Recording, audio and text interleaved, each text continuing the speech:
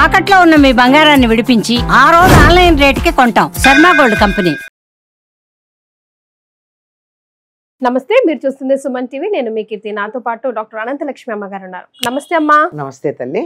అమ్మ, మాలో చాలా మందికి శంకర జయంతి విశిష్టత గురించి, ప్రాముఖ్యత గురించి తెలియదు. మీ ద్వారా తెలుసుకుంటాం ఈరోజు. వైశాఖ శుద్ధ పంచమి సాక్షాత్తు కైలాసంలో ఉన్న శంకరులే కాలడిలో జన్మించారు అని అందరికీ విశ్వాసం. ఆర్యాంబ శివగురువు అనేటటువంటి భక్తులు, వాళ్ళకి చాలా కాలం సంతానం లేదు. సంతానం కావాలని చాలా తాపత్రయపడ్డారు, జన్మించాడు. ఇదొకటి మనం గమనించినట్టయితే, ఎవరైతే సంతానం కావాలని భగవంతుణ్ణి కోరుకుంటారో, కావాలని తపన చెందుతారో, వాళ్ళకి పుట్టేటటువంటి వాళ్ళు గొప్ప జీవులు అవుతారమ్మా. Great souls దిగొస్తాయి. అంతేగాని సెక్స్ అన్న దానికి బై ప్రోడక్ట్గా వచ్చే పిల్లలు ఉన్నారే, వాళ్ళంత గొప్ప వాళ్ళగా ఏముంటారు. సామాన్యంగా అనేక జీవులకి సంతానం కలిగి ప్రోజని ఉన్నట్టే ఉంటుంది. కానీ కారణ జన్మలు మాత్రం తల్లిదండ్రులు సంతానం కోసం తప్పించినప్పుడు పుట్టిన వాళ్ళే కారణ జన్మలు అవుతారు. అటువంటి కారణ జన్మలు.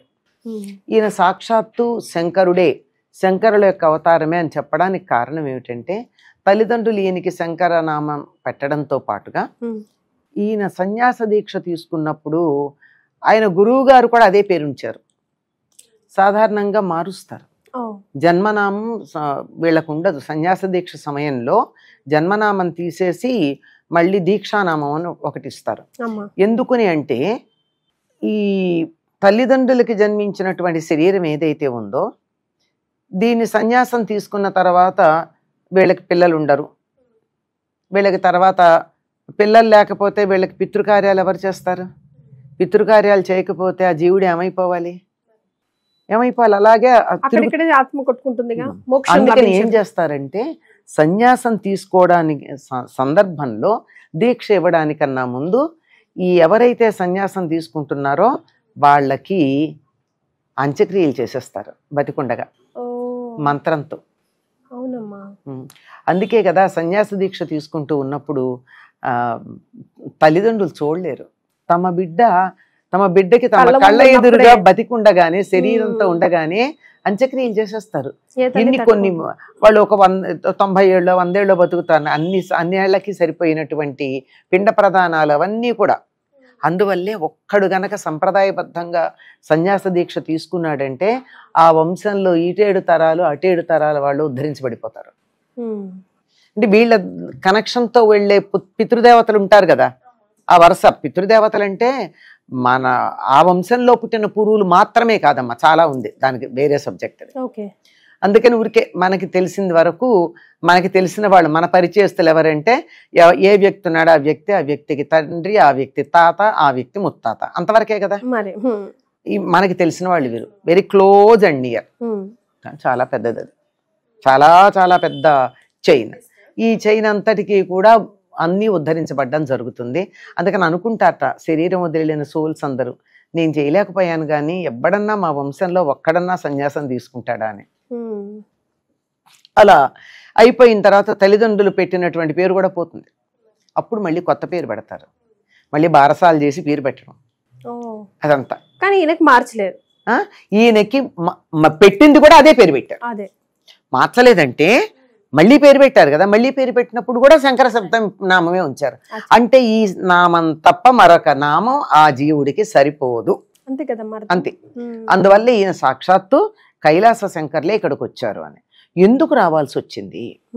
శంకరుడు ఎందుకు అవతారం ఎత్తాడు? సాధారణంగా ఎప్పుడైనా విష్ణుమూర్తి అవతారాలు ఎత్తుతాడు కానీ శివుడు అవతారాలు ధరించినట్టుగా మనకు కనపడదే. ఎందుకు అంటే, కలియుగంలో దుష్టుల్ని చంపుకుంటూ వెళ్ళినట్టయితే మనుషులు ఉండరు. అంతే అంటారా? నాలో లేదా, నీలో లేదా చెడ్డ గుణం? కాకపోతే కొంచెం మంచి గుణాలు ఎక్కువ ఉన్నాయి, అంతే తేడా. ఏదో ఒక చిన్నదన్నా చెడు గుణం ఉంది కదా, చెడు గుణం ఉంది కదా, నిన్ను నన్ను చంపేస్తే ఎవరు ఉంటారు అక్కడ? అంచేత ఏం చెయ్యాలి? మనలో ఉన్నటువంటి ఆ దుర్గుణం ఏదైతే ఉందో దాన్ని చంపేయాలి. దాన్ని చంపేయడానికి ఏం కావాలి? జ్ఞానం కావాలి. శివుడు దక్షిణామూర్తి స్వరూపంగా జ్ఞానస్వరూపుడు. ఆ జ్ఞానస్వరూపుడైనటువంటి శివుడు జ్ఞానం ద్వారా అజ్ఞానాన్ని నశింపజేయడానికి దిగి వచ్చాడు. అందుకు ఆయన అవతరించాడు. ఏమిటి ఇప్పుడు వచ్చిన పరిస్థితి ఏమిటి అంటే, బౌద్ధం, జైనం, చార్వాకం, లోకాయత్తులు చెప్పినటువంటిది, నాస్తికం, ఇలా అనేకమైనటువంటి మతాలు వచ్చాయి. ఇవన్నీ సనాతన ధర్మంలో భాగాలే గమ్మత్తుగా. ఇక్కడి నుంచి తీసుకున్నదే. బౌద్ధంలో ఉన్నటువంటి అహింస పరమో ధర్మ లాంటివన్నీ కూడా మనకి అది ఉపనిషద్వాక్యమే కదా. అహింస తీసుకున్నాడు ఆయన, జైనులు తీసుకున్నది అదే కదా.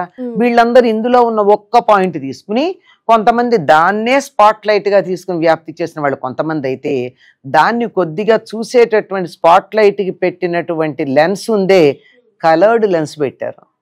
అప్పుడేమైంది? రంగు మారిపోయింది. విషయం ఒకటే కానీ అలా వచ్చినటువంటి రకరకాలైనటువంటి మతాలు ఉన్నాయి. ఇవన్నీ అల్టిమేట్ గా చెప్పింది ఏమిటంటే, యజ్ఞాలు చెయ్యొద్దు, తర్వాత వేదాలు అపౌరుషేయాలు కావు. ఎవడో ఒకడు చెప్పండి ఎట్లా వచ్చాయి వేదాలు? కనుక ఎవడో ఒకడు కూర్చుని రాశాడు కనుక, మనుషులు రాశారు కనుక వాటిని నమ్మాల్సిన పని లేదు. ఇలాంటివన్నీ తీసుకొచ్చి అహింస అనేటటువంటి దాన్ని ఒక వికృత రూపంలో వ్యాప్తి చేశారు. అహింస పరమో ధర్మ, ధర్మహింస తథైవచ అని, ధర్మహింస కూడా అటువంటిదే అనే సంగతిని మర్చిపోయి అహింస పరమో ధర్మ అని, అహింసే పరమమైనటువంటి ధర్మం అని చెప్పి ఈ చెంప మీద కొడితే ఈ చెంప కూడా చూపించమని చెప్పడం మొదలెట్టారు. దాంతో ఏమైంది? చెంపల మీద కొట్టడం కాదు, నెత్తి మీద కూడా ముట్టుతున్నారు, పీకలు కూడా కత్తిరిస్తున్నారు. చవటల్లాగా తయారయ్యాం. దానికే కదా కృష్ణుడు చెప్పాడు, క్లైబ్యం మాస్మగమ పార్థ అన్నాడు. అలా నపుంసకత్వాన్ని పొందకురా అన్నాడు మొదటి మాట. అంటే నువ్వు ఆడా కాదు మగా కాకుండా తయారయ్యావేమిటని ఎంత భయంకరమైన మాట అన్నాడండి. చేతకాని వాడివని, అసమర్థుడు అని చెప్పడానికి. అంటే క్లీబత్వం అంటే అంత కాదులేండి, ఏదో పశువులా అయిపోయావు అని కూడా అర్థం చెప్తున్నారు. అలా కాదని ఎందుకు కాదనుకోవాలి? తిట్టాడు, పశువాన్ని తిట్టిన దానికన్నా ఇది ఇంకా నయం కదా. అంతే కదా, దాని అర్థం పరమార్థం వేరే లెవెల్ ఉంటుంది. ఆ విధంగా చాతకాంతనం అయిపోయింది. అహింస అంటే ధర్మహింస చేస్తున్నప్పుడు సహించూరుకుంటే అహింస కాదది. అహింస అహింస అని చెప్పి వేలి మీద ఇప్పుడు పాము కాటేస్తుంటే నేను పాముని చంపను, నా రక్తం తాగనిస్తానని కూర్చుంటావా అహింసావాది? ఆ పోని నేను చేయలేకపోయినా పాము కాటేసి వెళ్ళిపోయింది, రక్తం బాగా విషం ఎక్కుతోంది, టపీమని ఏం చేస్తాడు? పక్కన ఉన్నవాడు కత్తితో ఈ చివరి వేలు కాస్త కట్ చేస్తాడు. ఏమవుతుంది? శరీరంలోకి విషం పాకకుండా బతుకుతావు. అయ్యో హింస అవుతుందని నేను దీన్ని దాచిపెట్టుకుంటే కొంచెం కామన్ సెన్స్ వాడాలి. అంచేత ప్రతి దాన్ని కూడా ఏ పాయింట్ ఆఫ్ వ్యూలో చెప్పారో అలా తీసుకోవాలి కానీ ఊరికే లిటరల్ గా. ఇప్పుడు మనకి ట్రాన్స్లేషన్స్ వస్తున్నాయి, ఇప్పుడు వాట్సాప్ మెసేజెస్ లేవు, ఇంగ్లీష్ లో వస్తే మన వాళ్ళు తెలుగులోకి చాట్ జీపీనో ఏదో చెప్తున్నారు, దాంతో అనువాదం చేస్తున్నారు. రావణ రామ అని ఉంటాయి అన్నిటిని. రామ ని కొట్టాడు, రామని కొట్టడం ఏమిటి? రాముని కొట్టాడు అనాలి తెలుగుతనం అయితే, అంతే కదా. అక్కడ పదం పదానికి అనువాదం చేసినట్టుగా తీసుకుని ఇలాంటి అనువాదాలు చేసుకుని పొరపాటు జరిగి ఏం జరిగింది? జాతి చచ్చుబడిపోయింది. చచ్చుబడిపోయిందంటే ఏ స్థాయి కంటే, విదేశీయులు వచ్చి మన మీద నెత్తి మీద కూర్చొని మన తంతుంటే అహింస అహింస అహింస అని కూర్చున్నాం. వచ్చారు కదా, ఎక్కడ కూర్చున్నారు? మనం స్నేహహస్తం చేతికి అందిస్తే వాళ్ళు నెత్తినెక్కి కూర్చున్నారు. కొన్ని సంవత్సరాల పాటు, శతాబ్దాల పాటు అటువంటి పరిస్థితి వచ్చినప్పుడు, ఇది ఎప్పటి మాట? మన 600 ఏళ్ల గురించి మాట్లాడుకుంటున్నాం, అంతకన్నా ముందు జరిగింది. దాంతో గ్రీకులు, యవనులు వీళ్ళందరూ రావడం మొదలు పెట్టారు. ఆ సమయంలో మళ్ళీ ఈ నాస్తిక, చార్వాక, పాషండ మతాలు ఏవైతే ఉన్నాయో వాటిని ఖండించుకుంటూ వెళ్లాల్సిన అవసరం వచ్చింది. యుద్ధం చేస్తే అక్కడ ఖండిస్తాం? కుదరదు. కనుక యుద్ధం కాకుండా వాదనలో, వీళ్ళంతా పండితులు అనుకుంటారు, ఇప్పుడు కూడా మనకి లేరమ్మా కొంతమంది, వాళ్ళ సిద్ధాంతం ఎంత గొప్పదని చెప్తారంటే, ఎటువంటి సంఘటనలు జరిగినా పీకలు కోసి ఊచకోత కోస్తూ ఉంటే అహింస గురించి మాట్లాడతారు. వాళ్ళకు ఒక్క దెబ్బ తగిలితే ఏం చేస్తారు? ఊరుకోటల్లా. అటువంటి పరిస్థితి వచ్చింది. అంచేత వాళ్ళని ఏం చెయ్యాలి? వాళ్ళ మార్గంలోనే, వాళ్ళు మాట్లాడేటటువంటి మాటలతోనే, వాళ్లతోనే ఆర్గ్యూ చేసి వాళ్ళని ఖండించి ఇటు పక్కకు తీసుకురావాలి. ఉమ్. శంకర్లు చేసిన గొప్పతనం ఏమిటంటే అమ్మ. ఎవరితో వాదించారో వాదించిన వాడి మీద తాను గెలవడం కాదు, ఉమ్. వాణ్ణి ఓడించాడంతే. ఉమ్. ఓడించి తనలో కలుపుకున్నాడు. ఉమ్. ఇప్పుడు ఓడిపోయినటువంటి వాళ్ళందరూ వచ్చి మళ్ళీ ఈయన శంకరాచార్య శిష్యులైపోయారు. మరి అప్పుడు అక్కడ ఏమైంది, అవతల వాళ్ళు అది కదా లేకుండా మా అయిపోయారు. అసలైన గెలుపు. లేకుండా అయిపోయారు కదా. ఉమ్. ఆ విధంగా 72 అవైదిక మతాలని వాదన చేసి మళ్ళీ ఇందులో కలిపేశాడు ఆయన. 72 అవైదిక మతాలు వాదనతోనే. అదే ఎక్కడ కత్తి లేదు, నాలికొక్కటే ఆయన కత్తి. కత్తి. పదును ఇక్కడ ఉమ్. మేధతో పదును పెట్టి నాలికతో మాట్లాడి వాళ్ళందరినీ ఇటు మార్చుకురావడం జరిగింది. ఆ విధంగా భ్రష్టు పట్టిపోయినటువంటి సనాతన ధర్మాన్ని, వైదిక ధర్మాన్ని, ఋషులు ప్రతిపాదించినటువంటి ధర్మాన్ని, వేదం చెప్పిన దాన్ని ఆచరించటం మానేసినటువంటి ప్రజలని మళ్ళీ ఆ వేద మార్గంలో ప్రవర్తింపచేయడానికి ఉమ్. సాక్షాత్తు కైలాస శంకరుడు కాలడిలో అవతరించాడు. అవతరించి ఆ సేతు హిమాచలం 32 ఏళ్ళే ఆయన బతికింది. 33వ ఏట అనుకుంటా శరీరం వదిలాడు. ఓ. ఆ సేతు హిమాచలం 3 సార్లు ఇలా తిరిగి వచ్చాడు. మొత్తం కాలినటకన తిరిగి ఎక్కడెక్కడ అవైదిక మతాలు ఉన్నాయో వాళ్ళందరితోనూ వాదించి ఉమ్. వాళ్ళని మళ్ళీ ఇటు పక్కకి కలుపుకు రావడం జరిగింది. ఏకశ్లోకి దగ్గర నుండి మొదలుపెట్టి అమ్మ. ఒక శ్లోకం ఉమ్. చెప్పడానికి వీల్లేనటువంటి బృహత్ గ్రంథాల దాకా అనేక గ్రంథాలు రచించారు. రకరకాల క్షుద్రమైనటువంటి పూజా విధానాలు ప్రతి సంప్రదాయంలో వచ్చాయి. సనాతన ధర్మంలోనే కాదు, బౌద్ధంలోనూ జైనంలో కూడా వామాచారాలు వచ్చాయి. ఉమ్. వాటన్నిటినీ కూడా తీసి ఈ వామాచార పద్ధతులు ఇవన్నీ పక్కకు పెట్టి, ఇవన్నీ కాదు, ఒకే ఒక్కడు పరమాత్మ, మనం ఆరాధించడానికి వీలుగా 6 రూపాల్లో మనకి దర్శనమిస్తూ ఉన్నాడు, మీకు నచ్చినటువంటి రూపంలో మీరు ఆరాధించుకోండి. ఉమ్. ఉన్నది ఒకటే, ఏకం సత్ పిప్రా బహుధా వదంతి. ఉన్నదొకటే. ఉమ్. పండితులు మాత్రమే రకరకాల పేర్లతో చెప్తున్నారు. మీకు నచ్చిన పేరుతో నచ్చినట్టుగా ఆరాధించుకోండి అని చెప్పి వీటన్నిటికీ షణ్మత స్థాపనాచార్యుడై, ఉమ్. అంటే నేను ప్రత్యక్ష దైవం సూర్యుడిని తప్ప ఎవరిని నమ్మను, సరే సూర్య ఆరాధన చేయి. లేదు దేవుడు నాలాగా అలా మండలంలాగా మండిపోతూ ఉండడు, ఉమ్. నాలాగా మనిషిలాగా ఉండాలి, ఉమ్. నాకు శివుడైతే ఇష్టం, శివుడిని ఆరాధించుకో. విష్ణువు అంటే ఇష్టం, ఆరాధించుకో. లేదండి మగాళ్ళేనా, ఆడవాళ్ళు లేరా, ఉమ్. అమ్మవారిని ఆరాధించుకో. వీళ్ళేనా, కాదు అసలు నీ కుండలిని ఆరాధన చేస్తా అంటే గణపతి, ఈయన మన కుమారస్వామి, ఇలా ఈ రూపాలతో ఆరాధన చేసుకోవడానికి షణ్మతాలు ఆరాధన విధానాన్ని ఇచ్చాడు.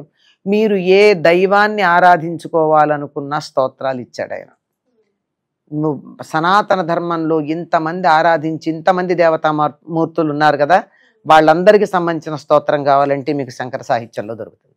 శివుడు పోల్ అర్ధనారీశ్వరుడు, మరి కుమారస్వామి, గణపతి, కృష్ణుడు, రాముడు, నారాయణుడు, అమ్మవార్లు, అమ్మవార్లకి చెప్పనక్కర్ల, సౌందర్యలహరి, శివానందలహరి, ఒకటేమిటి, నువ్వు you name a form of God.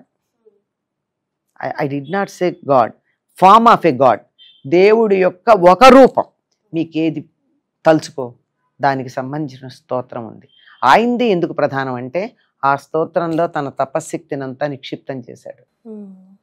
అందువల్ల ఆ స్తోత్రం చదివితే ఈయన మన చేయబట్టుకుని ఆ దేవుడి దగ్గరికి తీసుకెళ్తాడు. శంకర్లు ఇచ్చినటువంటి స్తోత్రం చదివితే శంకరులే మన చేయబట్టుకుని అక్కడికి తీసుకెళ్ళడం జరుగుతుంది. అయ్యాక మరి దీన్ని కొనసాగించటం ఎట్లా? అందుకని 4 శిష్యుల్ని తీసుకుని 4 పీఠాలు స్థాపించి భారతదేశంలో 4 మూలల, ఉత్తరం, దక్షిణం, తూర్పు, పడమర 4 పీఠాలు స్థాపించి అక్కడ పరంపరగా ఉన్నటువంటి పీఠాధిపతి తరువాతి పీఠాధిపతిని నిర్ణయించి శిక్షణ ఇచ్చి తాను తప్పుకునేటటువంటి ఏర్పాటు చేశాడు. అందుకే ఆ పీఠాధిపతులు వాళ్ళు ఉండగానే తన ఉత్తరాధికారిని నిర్ణయించేస్తారు, శిక్షణ ఇచ్చేస్తారు, అయిపోతుంది. దక్షిణాన శృంగేరి ఉంది, ఉత్తరాన జోషిమఠ్ ఉంది, ఇటు ద్వారక ఉంది, ఇటు పూరి ఉంది. అంటే భారతదేశానికి 4 భాగాలు ఏర్పాటు చేసి చక్కగా సమన్వయంగా ఉండేట్టు చేశాడు. మళ్ళీ సనాతన ధర్మం భారతదేశంలో చక్కగా విరాజిల్లేట్టుగా ఏర్పాటు చేసి వెళ్ళినటువంటి శంకర్లు వైశాఖ శుద్ధ పంచమి నాడు అవతరించారు. మన అదృష్టం కొద్దీ ఆయన అవతరించిన భూమిలో మనం ఉన్నాం. ఎస్, ఈరోజు ఆయన గురించి మాట్లాడుకోవడం, మీరంతా నాతో పాటు వినడం నిజంగా మేము చేసుకున్న అదృష్టం అమ్మ. ధన్యవాదాలు.